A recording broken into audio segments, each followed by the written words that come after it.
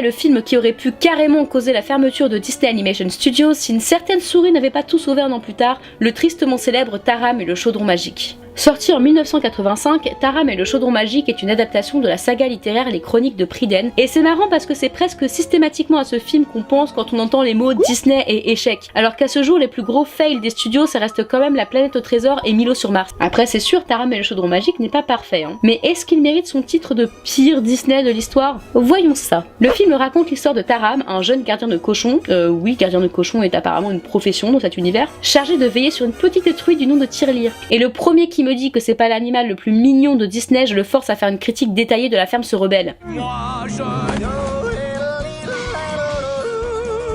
Il se trouve que Tirelire n'est pas n'importe quel cochon. Non, c'est un cochon magique. Pourquoi Tirelire est un cochon magique, me direz-vous?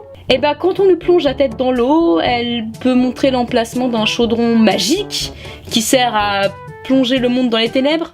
Je sais pas, le film est pas très clair là-dessus, mais... Magie! Taram doit donc emmener Tirelire en sécurité pour éviter que des gens mal intentionnés ne prennent avantage de ses visions. Mais comme c'est un tocard vaniteux incapable d'exécuter la tâche la plus simple du monde, Tirelire se fait kidnapper par des dragons qui l'emmènent dans le château des ténèbres, dirigé par le seigneur des ténèbres qui veut plonger le monde dans les ténèbres grâce au chaudron des ténèbres. Taram va donc, comme le gros débile qu'il est, pénétrer dans le château et se faire évidemment arrêter. Sur le chemin, il va rencontrer la princesse Eilonwy qui possède une boule magique de lumière, le barde Ritournelle qui joue de la harpe magique capable de détecter les mensonges, et enfin Gurgi, un mix entre Dobby et Stitch. Ensemble, ils vont s'évader du château, trouver le chaudron magique qui était gardé par un trio de sorcières et essayer de le détruire.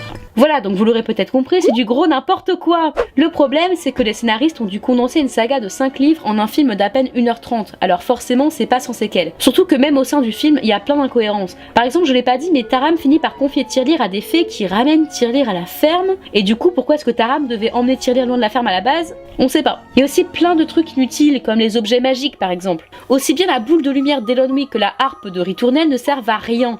Et je l'ai même pas mentionné, mais à un moment Taram trouve une épée magique qu'il abandonne 10 minutes plus tard et dont il ne se sert même pas dans le film. Mais malgré tout ça, le film reste très sympathique à regarder et il rencontre de plus en plus de fans. Déjà faut dire que c'est sûrement le moins Disney des Disney, avec des scènes très dark, voire carrément gore. Regardez comment est détruit le Seigneur des Ténèbres, on voit littéralement sa peau s'arracher de son corps. C'est d'ailleurs le premier Disney de l'histoire à avoir eu la mention PG aux États-Unis, c'est-à-dire un avertissement pour le jeune public. Cette soudaine envie de faire des dessins animés plus sombres s'explique par le succès des films de Don Bluth, comme Brisby, qui était bien plus dark et adulte que ce que faisait Disney. Et il y a même des dialogues assez sexy. Tu veux bien que je pince les cordes de ta harpe? C'est aussi mine de rien la seule tentative de Disney dans le domaine de l'heroic fantasy, et les fans du genre vont sûrement apprécier ce film. Pour beaucoup, moi y compris, Taram est le plaisir coupable ultime.